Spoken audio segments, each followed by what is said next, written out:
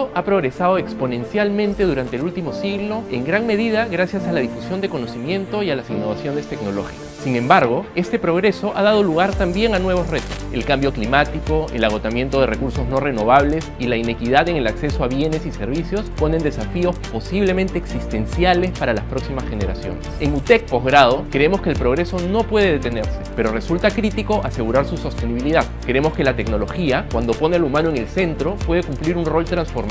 Mejora la eficiencia en el uso de recursos, permite energías y procesos más limpios, aumenta el alcance y la transparencia de las soluciones financieras, democratiza la salud y la personaliza, entre muchos otros. Por eso, con la convicción de que un futuro mejor es posible, asumimos el reto de formar y movilizar a las personas llamadas a construirlo. Profesionales inconformes con el status quo que sienten urgencia de actuar frente a los retos más desafiantes. En UTEC Posgrado enfrentamos los desafíos de la humanidad con optimismo, pero con un permanente llamado a la acción. Imaginar un futuro mejor nos moviliza, pero construirlo es lo que nos define.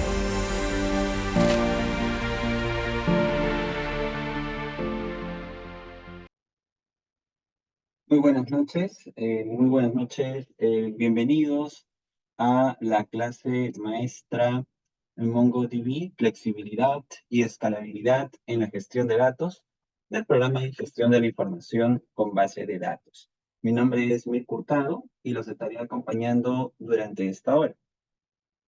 A cargo de esta clase nos acompañará Heider Sánchez Enríquez, expositor del Departamento de Ciencia de la Computación en UTEC, y también Jesús Bellido, Head of Computer Science de UTEC. Por favor, los invitamos a que si tuviesen cualquier consulta durante la sesión, puedan dejarla en la opción de preguntas y respuestas, es el botón que se encuentra en la parte inferior de Zoom, ya que al finalizar la charla tendremos un espacio para poder responderlas. Así que, bueno, para poder iniciar, primero unas breves palabras de Jesús Bellido, quien es el líder académico del programa de gestión de la información con base de datos. Muy buenas noches, Jesús. Adelante. Muchas gracias y buenas noches con todos. Primero que nada, quiero mencionar de que el profesor que va a estar a cargo de esta charla es uno de nuestros profesores más queridos dentro del Departamento de Ciencia de la Computación y también dentro de la Facultad de Computación en UTEC. Es nuestro profesor Heider Sánchez, quien va a estar a cargo de esta clase maestra. Yo solamente quiero hacer una breve introducción y darle pase después a Heider, así que solamente le voy a robar un par de minutos de su tiempo. Creo que estamos todos seguros hoy en día de que vivimos en una era de la explosión de la información. Hace algunos años, sin ir muy lejos, prepandemia, no teníamos toda la información que tenemos hoy y tampoco era claro de cómo es que podíamos tomar decisiones informadas basadas en datos. Toda esta información es importante analizarla y procesarla en un costo de eficiencia razonable y viable, ¿no? Justamente por la gran cantidad de información que hoy en día, acumulamos, pues Excel muchas veces es un aliado que a veces les cuesta digerir todo este volumen de información. Las funciones de Excel a veces no son suficientes para poder procesar volúmenes grandes de información. Y estoy seguro que a todos nos ha pasado de que finalmente terminamos duplicando información en estas hojas de Excel y perdiendo integridad de los datos, pues modificamos una hoja de Excel y ya no modificamos en todas las demás y generamos inconsistencias. Pues en esta era de la explosión de la información,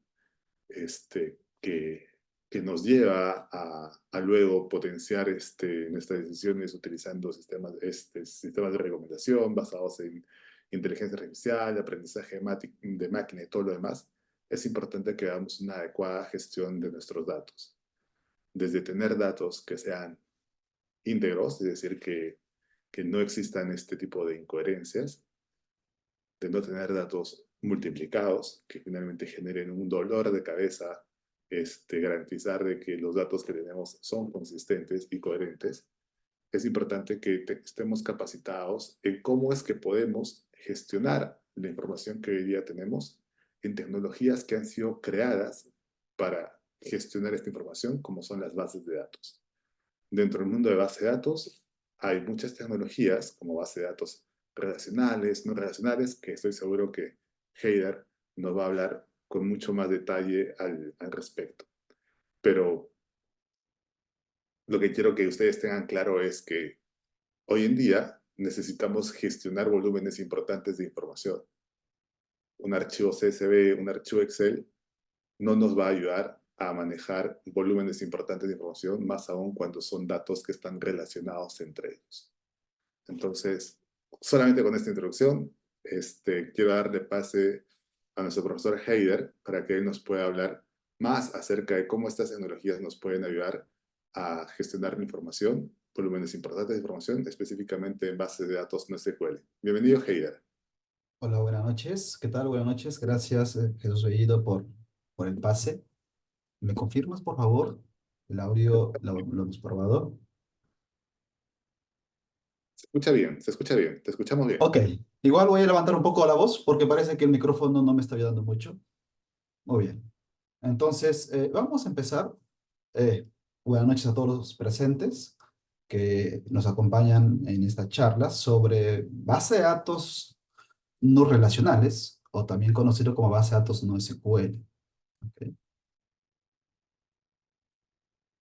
Esta es una charla enmarcada dentro del programa de gestión de la información, que bien ya la había estado introduciendo Jesús Bellido.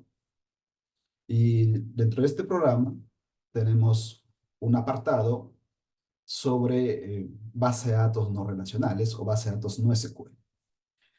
En esta charla vamos un poquito a hablar sobre este modelo, sobre los modelos no relacionales. Por ende, es importante tener presente qué es el modelo relacional. Antes de hablar de NoSQL, tenemos que conocer al menos a priori qué cosas son las bases de datos SQL. ¿Y por qué? ¿Y por qué al día de hoy, ante tanta demanda de información, ante el crecimiento exponencial de información, de datos, es que cada vez más las empresas están utilizando base de datos no tradicionales, base de datos enfocados a modelos no relacionales? MongoDB es una de esas bases de datos, líder en el mercado de los no SQL, y que está ayudando bastante y se está acoplando muy bien a las necesidades y a los usos contemporáneos de las organizaciones y del desarrollo de software en general. En esta charla, en esta breve charla, vamos a hablar un poquito de dos características que a menos personalmente me fascina bastante y el por qué yo elegiría en ciertos escenarios, no en todos los escenarios, en ciertos escenarios, por qué yo elegiría una base de datos no SQL de tipo MongoDB en un modelo orientado a documentos tipo JSON. Muy bien. Quiero empezar un poquito entonces esta charla haciéndome esta pregunta y haciéndoles a ustedes también, ¿por qué existe el NoSQL? ¿Por qué existe el NoSQL? Entonces, para empezar, recordemos un poco la historia, los que ya conocemos base de datos y los que no. Vamos a resumir rápidamente. Las bases de datos, como tal, como modelo de base de datos, como un modelo formal matemático, nace por los años 70. Nace a partir de una necesidad de gestionar información digital. Antes de los 70, con la aparición de la computadora por los años 40, 50, ya teníamos artefactos de almacenamiento, instrumentos de almacenamiento digital, pero que estos instrumentos eran súper costosos. Estamos hablando pues de almacenamientos que no pasaban pues de los megas, a las justas kbytes. Entonces, el costo de estos medios de almacenamiento eran súper elevados y la necesidad de organizarlas de manera eficiente, optimizando el espacio, optimizando el almacenamiento, era bastante alta. Las organizaciones necesitaban medios de almacenamiento digitales para poder procesar la información con el fin de poder acceder de manera eficiente a los datos. Y el objetivo siempre ha sido la búsqueda eficiente de la información. ¿Cómo yo logro ubicar a mi empleado tal, dado estos parámetros, dado estos filtros, de manera rápida, de manera eficiente? ¿Cómo puedo saber, ¿no? Por ejemplo, en Estados Unidos, cuando se desarrollaron los primeros sistemas de recuperación de la información para los censos, querían justamente un software informático en donde la información se almacene físicamente, de tal manera que la recuperación de la información de ciertas personas sea súper rápida. Entonces, la necesidad estaba ahí. La necesidad estaba ahí, se demoró varios años mientras se afinaba un modelo capaz de soportar y capaz de responder a estas necesidades que se tenían en ese entonces. Estamos hablando de los años 70, por esos años. Y nacen pues las bases de datos relacionales. Las bases de datos relacionales, como ya lo conocemos, ejemplos de ello, tenemos a PostgreSQL, Oracle, líder en el mercado de las bases de datos relacionales, SQL Server, MySQL, etcétera. Son bases de datos que nos proporcionan un lenguaje de especificación de consultas en donde tú mismo puedes realizar las consultas bajo dicho formato, bajo dicho lenguaje, conocido como SQL. Además, la característica importante de esta base de datos relacionales, al tener un modelo formal, al basarse en un modelo matemático, la consistencia de la información es muy elevada. Mantiene, gracias a las restricciones que nos proporciona, restricciones de llave foránea, restricciones de llave primaria, restricciones aplicados al tipo de dato de cada columna de la tabla. Gracias a esas restricciones es que podemos gestionar información de manera consistente. Y está enfocado justamente a ese tipo de almacenamiento de la información. Además incorpora índices de tal manera que acceder a dicha información sea súper rápido.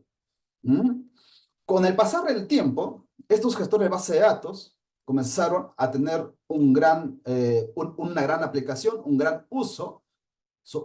Han sido muchos años, en donde aplicaciones empresariales, tecnologías relacionadas, como por ejemplo el ORM, que lo que hace es mapear las tablas a objetos dentro del lenguaje de programación para hacer más productiva el desarrollo. Y así han ido apareciendo todo un ecosistema de aplicaciones alrededor de la base de datos relacionales, ¿no? Ese es el tremendo poder que tenemos ahora, o que nos han dado las bases de datos relacionales alrededor de estos años. ¿Okay? Enfoquémonos en el modelo, que es la parte también interesante y que estamos muy familiarizados. ¿Quién no ha trabajado con tablas? El modelo relacional, el modelo basado en tablas. Todos lo conocemos. Desde que conocemos la computadora, ya nos encontramos con archivos Excel que tienen ese modelo orientado a tablas. No son gestores de base de datos, pero están copiando el concepto relacional. ¿Okay? Pero una base de datos relacional, el modelo de datos que utilizamos dentro de esta base de datos relacionales es justamente la relación de entidades, la relación de la información. Por ejemplo, yo aquí tengo la tabla alumnos y quiero almacenar los cursos. No voy a meter la información de los cursos dentro de alumnos, porque eso implicaría una alta redundancia de la información. Imagínense que el alumno Diego Molina lleve 3, 4 cursos, el alumno Adrián Pérez también lleve esa misma cantidad de cursos, estaría duplicando la información de los cursos dentro de la entidad o dentro de la tabla alumnos. Y recuerden que el objetivo de la base de datos relacionales inicialmente nace justamente para ahorrarnos el espacio de almacenamiento de la información. La memoria secundaria era muy cara. Entonces, hay que evitar lo más que se pueda la redundancia de información. ¿Y cómo se logra evitar? ¿Cómo logramos minimizar la redundancia de la información? Separando las entidades, abstrayendo la información y separando las entidades y relacionándolos a través de llaves foráneas. ¿Ok? Entonces, lo que yo voy a guardar del curso ya no sería toda la información del curso, sino sería una especie de clave, y esa clave está almacenada, o toda la información asociada a esa clave del curso ya está almacenada pues en otra entidad, en otra tabla. Ahí podemos colocar toda la información necesaria a ese curso y de esa manera evitamos repetir información dentro de una sola tabla que sería la tabla de alumnos o viceversa. ¿Mm? Heider, perdón que te Sí, cuéntame. interrumpa, pero si estás presentando algo no estamos viendo todavía. Ah, perdón. Ahora. Ahora No. sí, ahora sí. Estaba mostrando otras cosas, creo. Gracias. Ya, ahora sí. Entonces, gracias. Esta era la primera presentación que le estaba mostrando, que eran medios de almacenamiento antes de los años 70, súper caros, y esa fue una de las razones por las que fueron creadas pues, las bases de datos relacionales para optimizar el espacio de información que iba creciendo en las organizaciones y almacenarlas pues, de manera relacional. Obviamente, la información de las empresas, la información organizacional va creciendo las entidades, y va creciendo también pues las relaciones entre estas entidades, entre estas tablas, ¿sí? Hay una serie de restricciones de por medio que le dan ese valor agregado a un modelo relacional de datos. Ahora, los años han ido pasando. Los años han ido pasando y con el tiempo la información ha ido creciendo. Las organizaciones cada vez han ido automatizando sus procesos.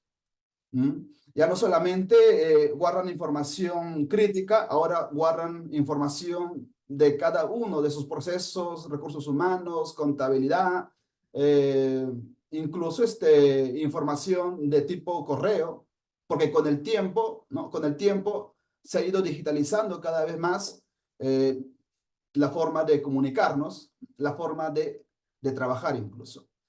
¿Y eso qué requiere? ¿No? Eso que requiere, pues, más almacenamiento, más almacenamiento. Como pueden ver aquí, tenemos una tremenda base de datos, súper compleja, súper relacionada, y que la complejidad estructural de este modelo comienza ya a pasar factura. Más aún, cuando aparece la web, aparece el internet, y juntamente con ello, aparecen nuevos desafíos. Computación en la nube. Ahora por la web queremos comunicarnos, queremos comunicar aplicaciones, usamos APIs, información multimedia y toda la complejidad de la web. Como bien ya lo había comentado Jesús Bellido, en plena pandemia hemos tenido un crecimiento exponencial, de saturación incluso, de este tipo de información. ¿Cuál es el problema aquí? Que toda esta información ya no entra a las bases de datos relacionales. No entra todo. Las bases de datos relacionales no son capaces de modelar toda esta información. ¿Ok? La única forma de modelarlo es transformar bajo el modelo rígido de una base de datos relacional. Por los años 2000, específicamente del año 2019, nace una base de datos, MongoDB. No fue la primera base de datos no relacional. Ya habían nacido otras. En el año 2005 nació CouchDB. Pero fue en el año 2009 en donde se hace una conferencia de bases de datos de bases de datos no relacionales, de bases de datos distribuidas, enfocándose a la escalabilidad de los datos, ¿no? Y por ahí se concibe el término NoSQL. El término NoSQL no es un término académico, no es un término científico.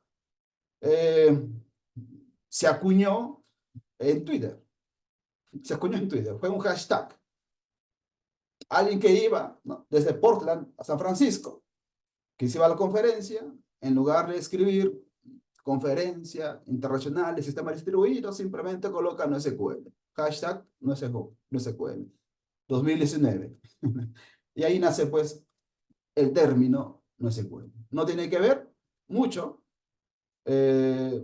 No, no representa el todo de una base de datos no relacional, porque hay bases de datos no relacionales que sí manejan un lenguaje de especificación propio, ¿ok? Pero es así como se le conoce al día de hoy.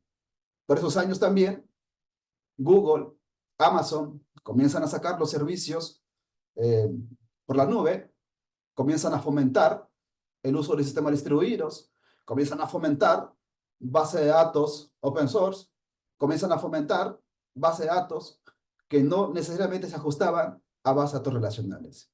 ¿Y todo por qué? Por la misma necesidad. Son otras épocas. Estamos en otra era. En otra era en donde la información no estructurada nos ha sobrepasado. La información no estructurada, digitalizada, y que trabajamos nosotros del día a día, incluso desde nuestros celulares, nos ha sobrepasado. Y por ende, hay aplicaciones, hay usos en donde ya tenemos que mirar otro tipo de modelos. El modelo de tablas se comienza a quedar corto, dada la demanda que tenemos actualmente. ¿Cuál es la demanda? ¿Qué estamos pidiendo ahora de una base de datos? Le estamos pidiendo flexibilidad en su modelo de datos, le estamos pidiendo escalabilidad. La información crece, necesito más nodos de computadoras, más nodos de cómputo. Necesito un alto desempeño computacional para procesar grandes cantidades de datos y algoritmos muy complejos, procesos muy costosos. También necesito alta disponibilidad de la información. Ante la caída repentina de un sistema, ante la caída repentina de una base de datos, debe ser posible acceder a la información replicada, ¿ok? Para no perder todo ese conocimiento que se considera como oro dentro de las organizaciones. Entonces, las demandas han aumentado. Las demandas han aumentado. Y un modelo rígido como el modelo relacional comienza a sufrir. Hay intentos, hay investigación, pero también hay nuevos modelos más flexibles de datos que están siendo cada día utilizados para ciertos propósitos de aplicación. MongoDB es un gestor de base de datos que utiliza modelos de datos flexibles. Al día de hoy, si bien cierto, nativamente está enfocado a documentos JSON, pero al día de hoy es capaz de combinar diferentes modelos de datos.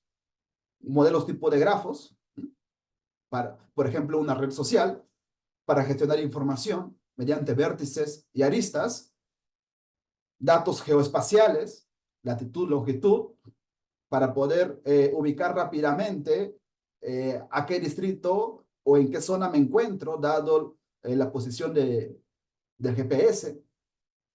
Es capaz también de gestionar de manera eficiente los datos tipo árboles, usando índices, o aplicar también búsquedas de texto completo, usando índices invertidos.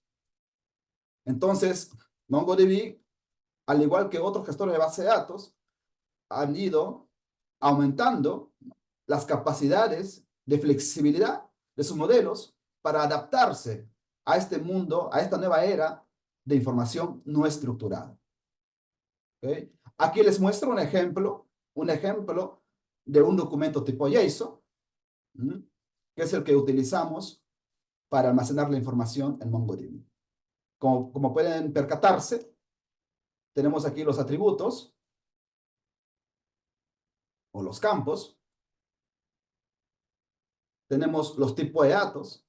La información que se guarda es tipo clave-valor, solo que el valor puede ser otro documento, JSON. Los tipos de datos varían entre cadena de caracteres, string, texto, puede ser también números, o tipo de datos personalizados, como un tipo de dato de tipo geolocalización. Además, podemos asociar subdocumentos de forma anidada dentro de la colección de documentos JSON. Entonces, este es un ejemplo de cómo se almacena la información en MongoDB. Ya no se almacena en tablas, se almacena en este formato y tiene un tratamiento especial. Si lo comparo con tablas, si yo quisiera modelar esta información en el modelo tradicional, en el modelo relacional de tablas, tengo que identificar aquí las entidades. Por un lado, tendría la entidad principal, la tabla principal, que es la tabla del empleado, con sus atributos del nombre, el título, y un ID o un número de identificador del empleado. Ese pasaría a ser la tabla principal. Luego, información asociada al empleado, como la ubicación, pasaría a otra tabla para evitar redundancias. Recuerden que el objetivo de las bases de datos relacionales es evitar las redundancias, por eso tratamos de separar lo más que se pueda la información en tablas y relacionarlas. Y por acá también tenemos la dirección. ¿Ok? Lo que vemos al lado derecho es el modelo relacional de tablas y lo que vemos al lado izquierdo es el modelo de documentos JSON. ¿En dónde entrarían las ventajas? Solamente aquí. Solamente aquí. ¿Qué pasa? ¿Qué pasa si el empleado no tiene toda la información? ¿Qué pasa si el empleado no tiene ubicación? ¿Qué pasa si el empleado no tiene... imaginen que tengamos más campos, más atributos, pero no todos los empleados cumplen con dichos atributos. En MongoDB solamente guardamos la información o los campos que contienen valores. En MongoDB guardamos la información diferente del vacío.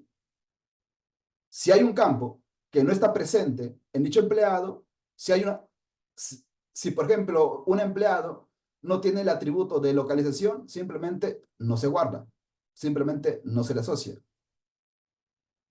Eso, por ejemplo, en tablas se complica, porque en tablas, si bien es cierto, dejamos el valor como vacío, como null pointer, como lo conocemos a nivel técnico, como nulo, pero internamente ese nulo sí está ocupando espacio.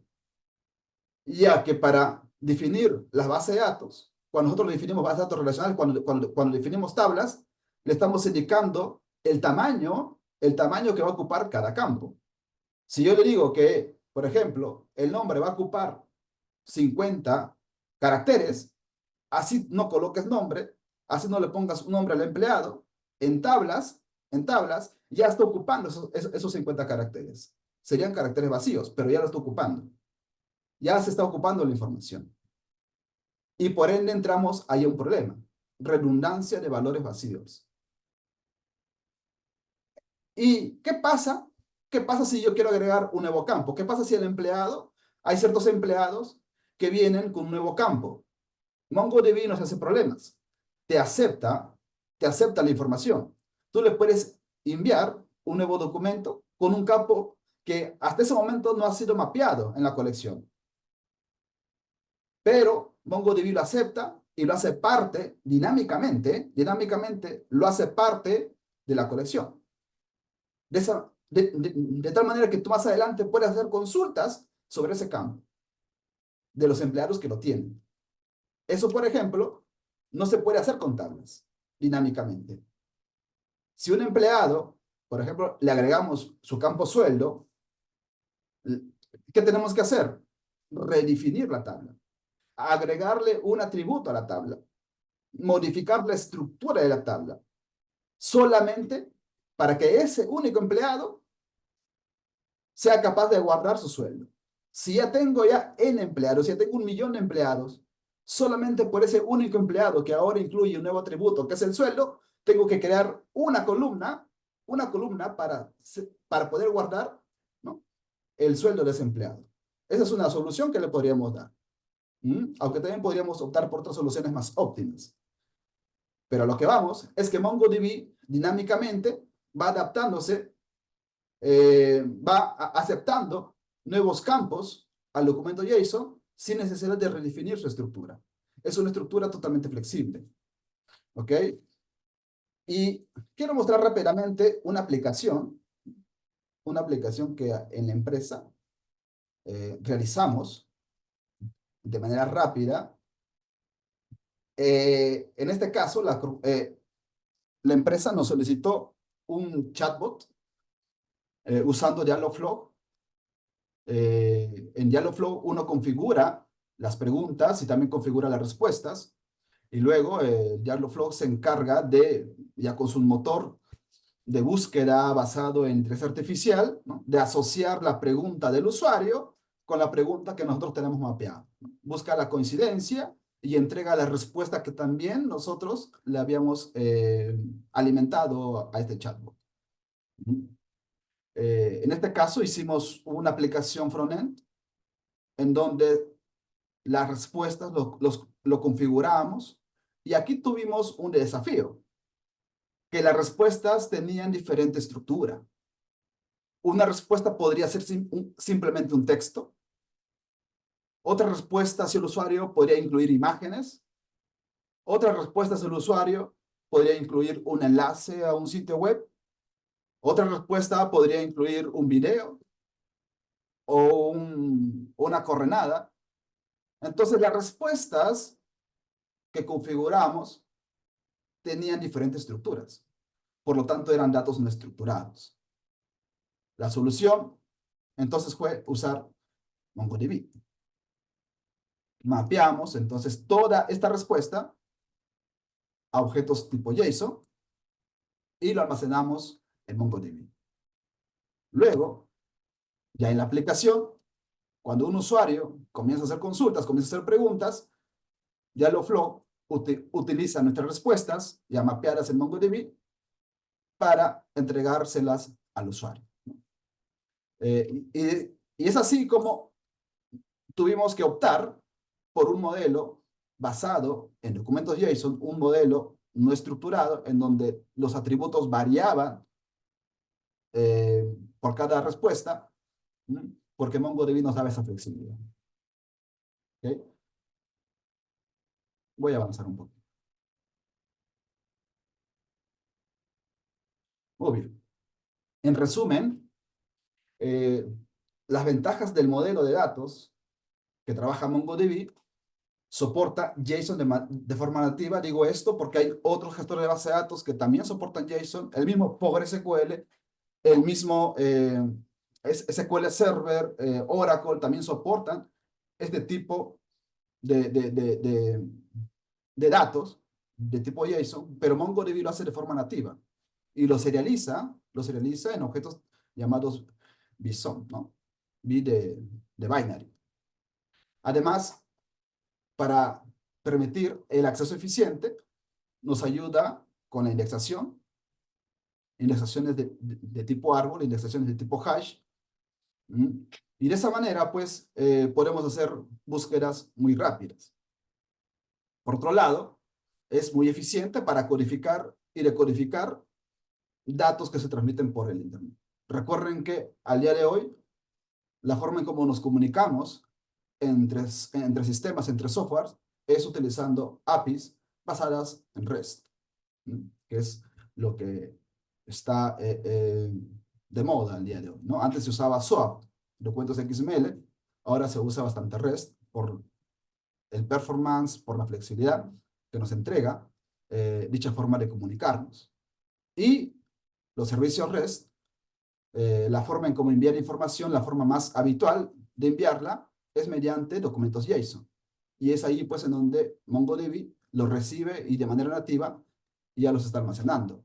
No pasa por una transformación a un modelo de tablas, como sí lo haría un Oracle o un Postgres. Entonces, esas son las ventajas del modelo de datos.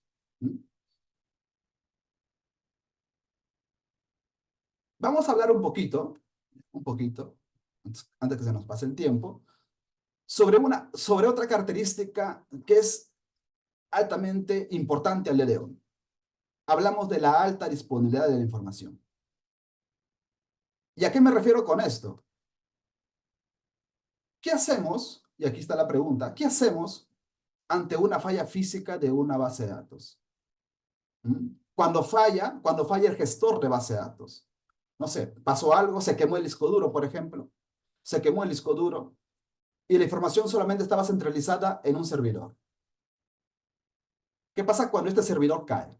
Cuando este servidor se hace inservible. Soluciones que se suelen dar, la solución más común es realizar backups. El problema del backup es que es una copia estática y es periódica. Yo hago backup cada cierto tiempo. Por ejemplo, yo hice backup ayer a la medianoche, pero el sistema se cae al mediodía del día siguiente. Ya hubieron varias horas en que se había guardado información y que esa información no estaba en el último backup. ¿Qué va a ocurrir? Que esas horas, desde la medianoche hasta el mediodía que ocurrió la falla, esa información se va a perder. Y es información crucial, es información crítica. Entonces, el backup o respaldo tiene sus limitaciones. ¿Qué se está usando al día de hoy? La replicación. ¿Y qué es la replicación? La replicación no es una copia estática de la base de datos, es una copia viva. Es decir, vamos al siguiente gráfico. Aquí tenemos el usuario. El usuario está enviando información a esta base de datos NoSQL, a esta base de datos en MongoDB, pero esta base de datos, este servidor, comienza a replicar a servidores secundarios. Lo que tú le envíes aquí, lo que tú escribas aquí, lo replica a otros servidores. ¿Ok? ¿Qué logramos con eso? Si este servidor cae, si el servidor primario cae, no hay ningún problema. Toda la información está en los secundarios. Entonces, las consultas ya no irían al primario porque ya cayó, a ocurrir un error, una falla. Las consultas del usuario irían a uno de los secundarios que asumiría el rol de primario. ¿Por qué decimos que es una copia viva? Porque son gestores de base de datos también. Estos tres son MongoDB. Estos tres tienen exactamente el mismo software que gestiona la información. Entonces, cualquiera de estos tres nos podría ayudar para poder acceder de manera eficiente a dichos datos. Muy bien. MongoDB, ¿cómo nos ayuda con la replicación? MongoDB incorpora una estrategia llamada replica set, comandos asociados a esto, para lograr replicar, para configurar varios servidores, 2, 3, 4 servidores o más servidores, en donde se va a estar replicando la información. Cada servidor va a estar en diferente lugar geográfico, si es posible. No es necesario que esté en el mismo sitio, si no, no tiene sentido, ¿verdad? Lo enviamos a diferentes lugares.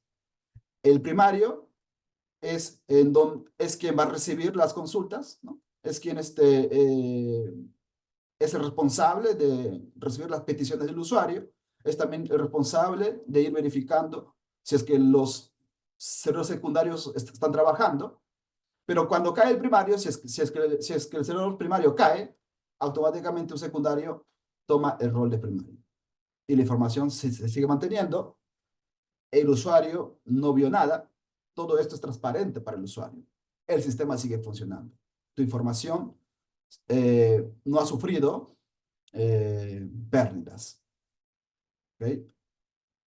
Muy bien, esa es la replicación. Ahora veamos la escalabilidad. ¿A qué nos referimos con la escalabilidad? En los primeros años de la computación, en los años 70, 80, la escalabilidad estaba muy enfocada al crecimiento del hardware. Es decir, si yo tengo 2 GB de RAM, si no es suficiente, ¿qué es lo que hago? Compro más RAM. Si mi servidor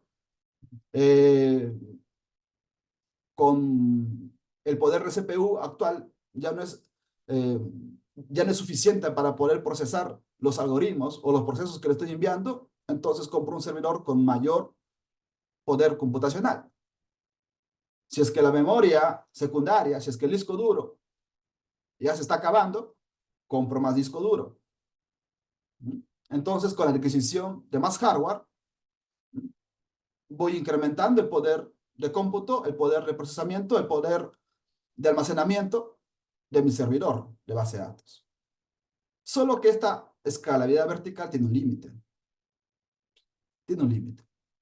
A mayor cantidad de RAM, mayor va a ser el costo.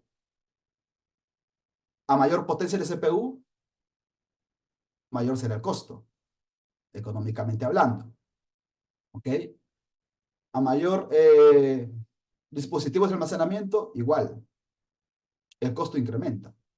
El costo monetario incrementa. Pero no es equivalente al performance que nos entrega. Yo le puedo aumentar más RAM, el doble de RAM, pero la respuesta a las búsquedas, la respuesta al proceso que estoy solicitando, no es equivalente al aumento que yo hago en RAM. Yo espero que ahora sea el doble de rápido, pero no es así. Es a las justas un poco más rápido. Le aumenté la CPU, el doble de CPU. Espero que ahora mis procesos sean el doble de rápido, ¿no? Pero no es así. Es a las justas un poquito más rápido. Entonces no está compensando. La inversión económica que yo estoy haciendo ya no está compensando con el poder computacional que me entrega este modelo.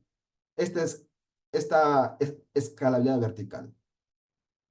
Entonces, Google introduce, no solamente Google, pero Google fue una de las empresas pioneras con la escalabilidad horizontal. ¿Qué significa? En lugar de agrandar el hardware, en lugar de aumentar más hardware a una computadora, mejor aumento las computadoras. Utilizo más computadoras. Esto nos presenta un desafío, es muy bueno. Económicamente puedo hacer uso de las computadoras que tengo por ahí. Dos trabajan mejor que una. Pero esto ya nos presenta un desafío de cómo lograr comunicarlas. Se forman los clústeres de computadoras, escalamiento horizontal, pero el desafío de gestionarlas también incrementa. Entonces tenemos que diseñar un software que nos permita almacenar la información en varias computadoras. MongoDB nos ayuda en eso. MongoDB, utilizando los fundamentos de las bases de datos distribuidas, que también se ven en otros modelos de datos, aplica particiones a las colecciones. Por ejemplo, aquí tenemos un ejemplo sencillo solamente para poder entender. Tengo una colección de documentos JSON con los campos nombre, sede, cargo, y voy a particionar esta tabla o esta colección de documentos JSON, los particiono por el atributo sede.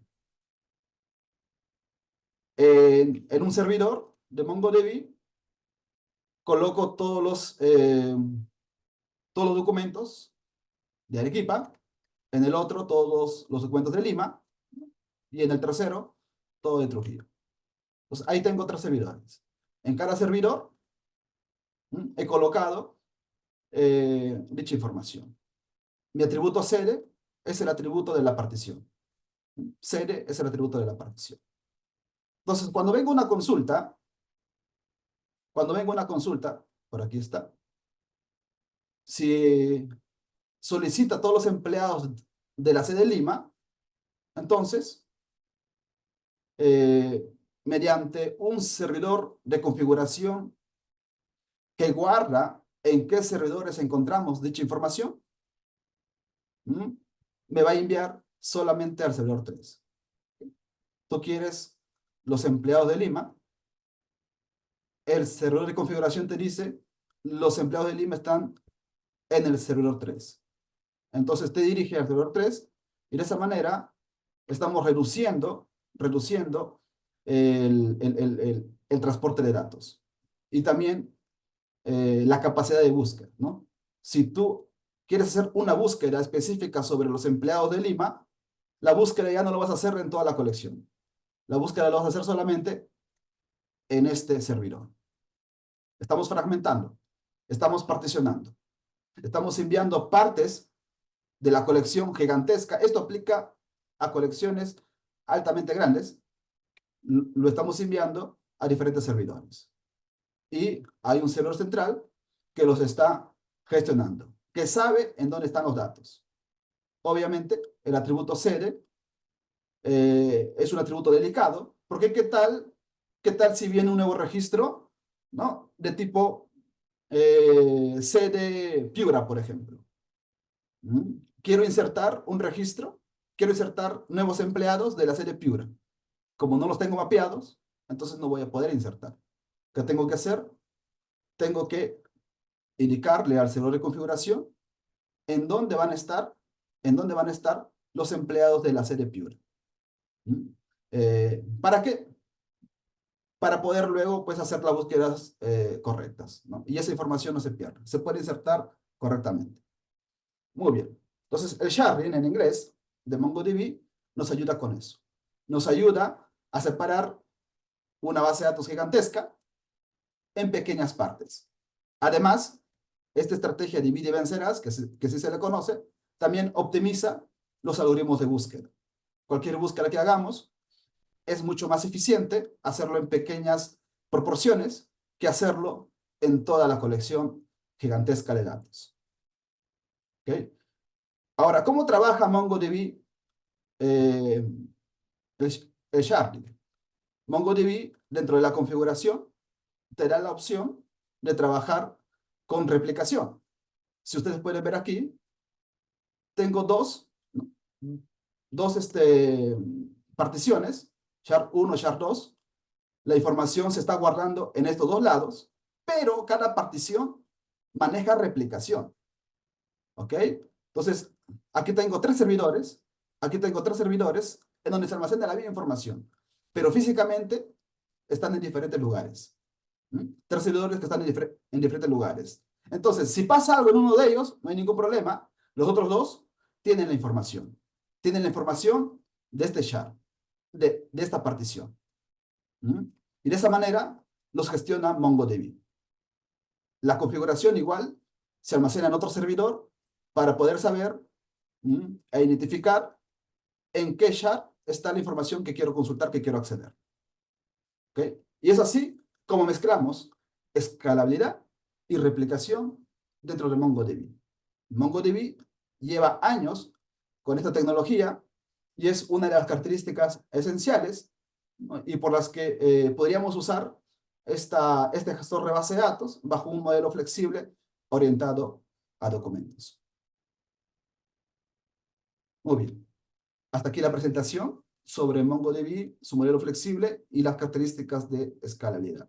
Muchas gracias. Si tienen alguna consulta, lo pueden hacer. Bien, Heider, muchas gracias por darnos esta tan completa del tema que has abordado. Hay algunas preguntas que se han realizado. Lo que vamos a hacer es tener la posibilidad de que nuestra asesora comercial, Gisela Zúñiga, vea una información importante para todos los participantes, los presentes en este evento, y luego vamos a responder las preguntas que estén realizando. Bien, así que Gisela, adelante, por favor. Gracias, Mirko. Agradecer también a todos los asistentes por conectarse a esta clase maestra muy interesante y agradecer también al experto Heider Sánchez. Voy a pasar a explicar un poco más acerca del programa. ¿Sí logran ver mi pantalla? Sí, listo. Muy bien. El programa de gestión de la información con base de datos. ¿A quiénes buscamos? Buscamos a profesionales con interés en bases de datos y conocimientos intermedios en programación. Puede ser Java, Python o con lo que ustedes estén manejando, ¿correcto? ¿Qué aprenderás? A diseñar, a gestionar base de datos de manera efectiva, también a aprender a diseñar y ejecutar consultas SQL de nivel avanzado. También vas a aprender a dominar la ejecución de consultas SQL avanzadas que incluyan operaciones de conjunto, cláusulas de agrupación y técnicas de ordenamiento. También vas a aprender a diseñar implementar y administrar bases de datos no SQL utilizando MongoDB. Mi nombre es Gisela Zúñiga, yo estoy encargada con el tema de informes e inscripciones. Vamos a hablar un poco más acerca de la inversión del programa. La inversión es de 6.800 soles. Esto tiene un descuento exclusivo el día de hoy por tu conexión y también puedes abonarlo en cuotas. Lo interesante es que si te inscribes desde ahora vas a tener un mejor financiamiento, así que los animo a inscribirse ya. Nosotros estamos iniciando este 12 de agosto. La modalidad es online en vivo los días martes y jueves de 7 a 10 de la noche. Hay un link que va direccionado a mi WhatsApp, entonces si hay alguna duda o consulta, también por ese medio les puedo pasar el brochure del programa. Adelante, Mirko. Bien, muchas gracias, Gisela, por brindarnos esta información comercial. Efectivamente, a través del chat he podido compartir el brochure del programa para que lo puedan descargar, está el link, y también el link que los lleva directamente al WhatsApp de Gisela, ¿no? Si usan, en vez de la llamada telefónica, puede ser por WhatsApp, ya eso es, digamos, como ustedes lo prefieren y conversen con ella, y efectivamente hay un descuento asignado sobre el precio que han visto ustedes, hay un descuento que el día de mañana se estará comunicando con ustedes. Bien, entonces, ahora retomamos con Heider la parte de las preguntas. Han habido ya algunas consultas, así que vamos a retomar esta parte. Bien, a ver, hacían una pregunta, Heider.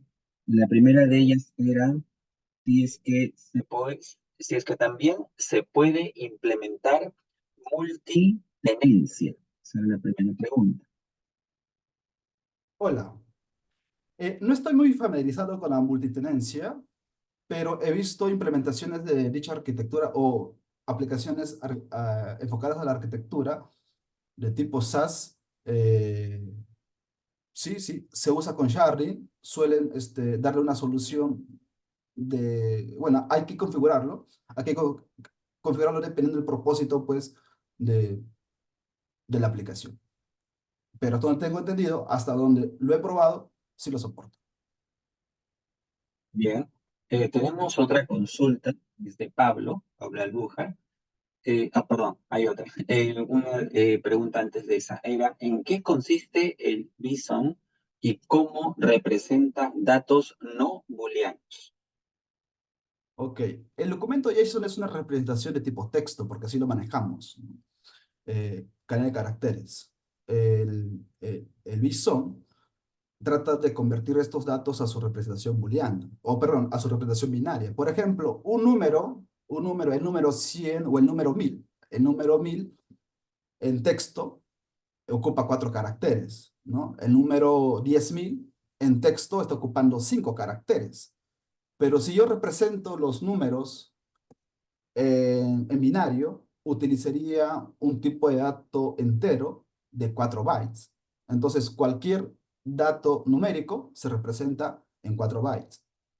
Y de esa manera, los datos booleanos, que almacenan solamente 2 valores, verdadero o falso, se representa en un solo byte, ya que la mínima eh, unidad de almacenamiento en la RAM y en la memoria secundaria es un byte. Entonces, sí, se puede almacenar tipo de datos booleanos. Bien, bien, Heiner, pasamos a una pregunta más de Pablo Albújar. ¿Qué pasa si al consultar se cae el nodo que tiene los datos? Eh, si solamente estás usando sharding con un replicaset primario, entonces si es que se cae el nodo en donde están los datos particionados, lamentablemente lo vas a perder. Por eso que MongoDB te recomienda que cada shard se replique. Si cae un nodo, no hay ningún problema, hay otros nodos que tienen la misma información y toman pues el lugar del nodo primario. Entonces, la información no se pierde. Esa es la característica de alta disponibilidad que nos da MongoDB. Bien, tenemos una consulta más. ¿Cómo se puede guardar imágenes u otros datos no estructurados en MongoDB? Al igual que en las bases de datos relacionales, imágenes, audio, cualquier archivo multimedia que no corresponda al modelo de datos JSON, se guarda como binario. Y se guarda y se recupera en ese formato. Lamentablemente, MongoDB no nos, eh, no nos entrega eh, mayor soporte de consultas especializadas en el contenido de la imagen. Ahí ya tendríamos que construir otro tipo de herramienta, otro tipo de base de datos, otro tipo de gestor de base de datos que trabaje con el contenido de las imágenes y aplicar búsquedas un poco más relacionadas a la inteligencia artificial, a la visión artificial, ¿no? Visión computacional. Entonces, lo único que hace MongoDB es guardarlo en binario y tú lo puedes recuperar también de esa forma. Bien, vamos con otra pregunta. ¿En qué casos de uso sería más apropiado el uso de MongoDB en vez de una base de datos relacional? Tal como lo hemos visto en el modelo de datos flexible, ¿ok? ¿En qué casos de uso? Por ejemplo, aplicaciones en donde tú vas a recibir información mediante APIs. Ahí sí, recuerden que el API REST siempre te está devolviendo datos de tipo JSON. Transformarlo a una base de datos relacional puede ser costosa, aparte que es un modelo rígido. Cuando recibimos datos de tipo JSON no conocemos la estructura completamente, no conocemos qué campos van a venir, nos puede complicar al momento de guardar a una base de datos relacional, tenemos que reestructurar la tabla. Entonces, en esos casos, sí conviene mejor una base de datos orientada a documentos tipo JSON, en donde tú coges el JSON que te está llegando y lo guardas directamente sin necesidad de reestructurar la colección. Ese es un caso, ¿no? Cuando los datos que están viniendo, cuando los datos de la colección no tienen una estructura de campos definida. Ese es por un lado, respecto al modelo. Respecto a las necesidades de escalabilidad, como ya lo habíamos conversado, si tú quieres que tu información eh, siempre esté disponible, a pesar de los fallos que puedan ocurrir en un servidor, MongoDB implementa, ¿no? Implementa dentro de Replicaset herramientas esenciales para gestionarlas de manera eficiente. Ojo, la base de datos no relacionales también te lo dan. Oracle también te lo da, solo que es más costoso y es un poco más complicado la configuración. Correcto, Gina. Hay otra consulta de Cristian Carvajal. En el programa se podrá ver algunos casos prácticos con conexión vía SQL API o casos prácticos de base de datos con réplicas relacional y no relacional. En esta parte, si es, digamos, un tema ya de contenido de lo que es el programa que tenemos en UTEC, lo que considero, creo que es, en todo caso, tomar nota de esta pregunta.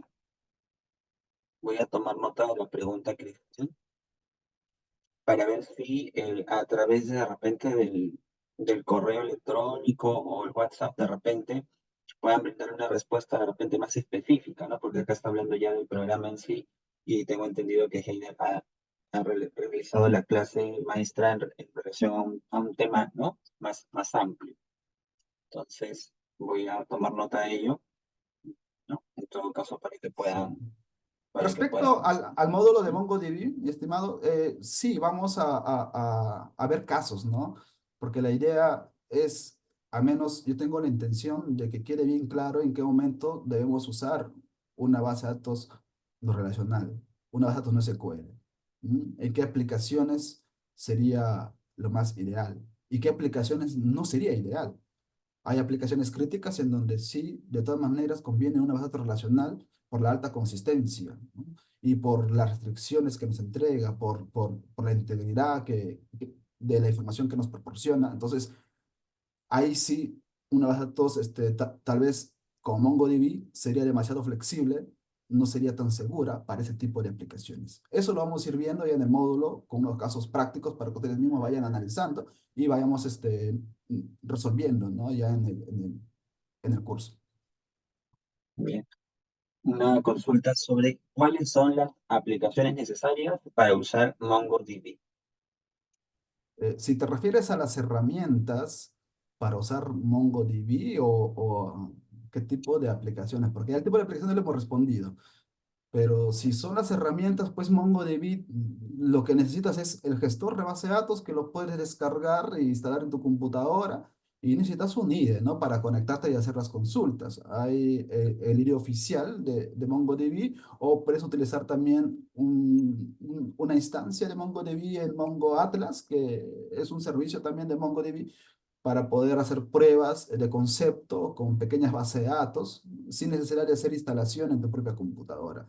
En el curso vamos a usar nosotros un IDE, ya un IDE que lo tenemos trabajando en UTEC para conectarnos a múltiples bases de datos y además vamos a usar también Atlas para hacer las conexiones de bases de datos distribuidas, las conexiones de réplica set, de sharding y también vamos a usar, ojalá nos alcance el tiempo, contenedores para levantar, ¿no? En contenedores y balancear las bases de datos y lograr hacer consultas y poder demostrar gráficamente el performance que nos entrega cuando utilizamos sharding.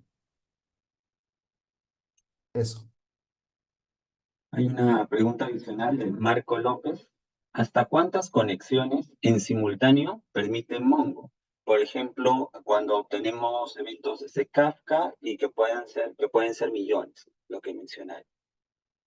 Sí, eso de las conexiones, hay una dependencia ahí de las diferentes capas de seguridad que tengamos configurados en la arquitectura. En especial MongoDB, al igual que las bases de datos relacionales, nos proporciona un pool de conexiones. Tú configuras ese pool de conexiones y ahí le indicas la máxima cantidad. Ya tengo entendido que MongoDB no te pone una máxima cantidad, pero si consultamos por ahí, de hecho las referencias en los foros de la gente que ya viene trabajando con millones de conexiones, nos pueden dar un indicador un poco más exacto. Pero MongoDB no te pone restricciones, ¿no? Simplemente conecta todo lo que puedas, depende de cuántos sharing tengas, cuántos nodos tengas, ¿no? Depende en fin, ya de cosas externas a MongoDB. Bien, Heider, bien. Entonces, hemos dado respuesta a todas las preguntas, por lo que puedo apreciar. No sé si había quedado alguna, parece que no. Si hubiese alguna más, la pueden revisar. También me parece importante, como lo han visto durante el evento, hemos podido enviar una breve encuesta, ¿no? Y también en estos momentos les voy a compartir una pequeña votación en línea, que es parte de todo el proceso, pues de también conocer más su opinión directamente, de manera práctica, qué tal les ha parecido el evento, ¿no? Y la manera como lo hemos enfocado. Desde ya, pues estamos muy contentos de la acogida que hemos tenido el día de hoy. Agradecer a Heider por la clase, por la charla que nos ha dado. Inicialmente también Jesús Bellido, que estuvo pues, haciendo una introducción del tema. Nos ha conversado también Gisela. Así que, bueno, nosotros entonces estaríamos ya dando por finalizado el evento. Agradecerles a todos por participar en esta clase maestra denominada MongoDB, flexibilidad y escalabilidad en la gestión de datos del programa y gestión de la información con base de datos. Ha sido un placer. Que tengan todos ustedes pues, buenas noches. Gracias a ustedes por su atención. Recuerden que también pueden visitar nuestra página web, seguirnos en nuestras redes sociales y enterarse pues de nuestras maestrías, cursos y programas, ¿no? Eso sería entonces la información de que me está votando. Perfecto. Finalizamos la votación entonces. Muy bien, muy amable. Muchas gracias. Muchas gracias a todos ustedes.